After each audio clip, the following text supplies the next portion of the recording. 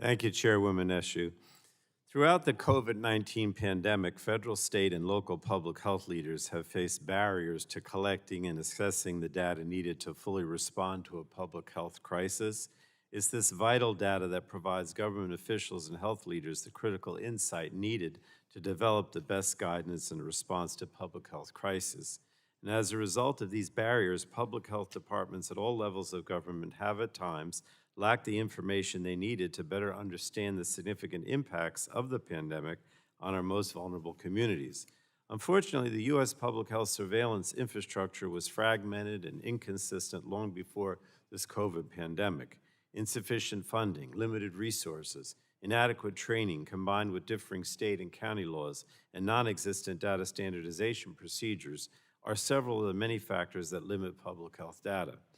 The slate of bills we're considering today will make targeted improvements across three key areas. First, we'll discuss establishing a uniform federal strategic action plan, as well as data standards and a data sharing policy. Second, several of the bills we're considering will improve the collection of public health data that reveals the drivers of health inequities. And third, we'll discuss proposals to assist states in the creation of a public health data infrastructure necessary to appropriately deploy resources and essential interventions. I want to commend the chair and the sponsors of these bills for their leadership on advancing policy solutions for some of our country's most pressing health policy concerns. Public health data is essential to the health of our country. It may not seem very interesting, but it's very important.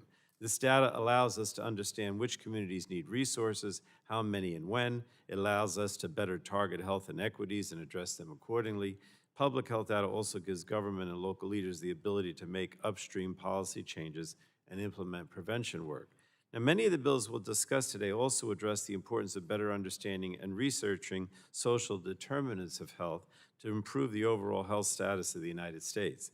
These bills take steps to eliminate the lingering health inequities that exist and burden some of our most vulnerable communities. Uniform data collection is imperative to better understanding the inequities in our healthcare system and to guide real change. To effectively adapt interventions designed to advance health equity, we have to be able to standardize and collect data related to key social conditions. We'll hear from the witnesses today about legislation that will help give states the tools they need to design effective interventions to address certain social determinants of health. These interventions will also improve the health and well-being of some of our most vulnerable populations, including by expanding access to evidence-based tobacco cessation treatment through the Medicaid program. And finding comprehensive solutions to our fragmented public health data is of the utmost importance. With resources that Congress has provided through the COVID-19 relief packages, including the CARES Act and the American Rescue Plan, we know that data modernization is underway. And we must now continue that work to ensure that research labs, providers, and public health departments are working with real-time current data and have a better understanding of social determinants of health.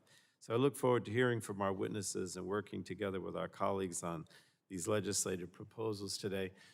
Chairwoman Eshoo, I just want to say to you and the ranking member, we're now, the pandemic hopefully is winding down, but the pandemic showed us that whether it was the public health infrastructure or the data collection, I'm talking about state labs, the supply chain, so many things that really showed that need a lot of work and didn't work well during the pandemic.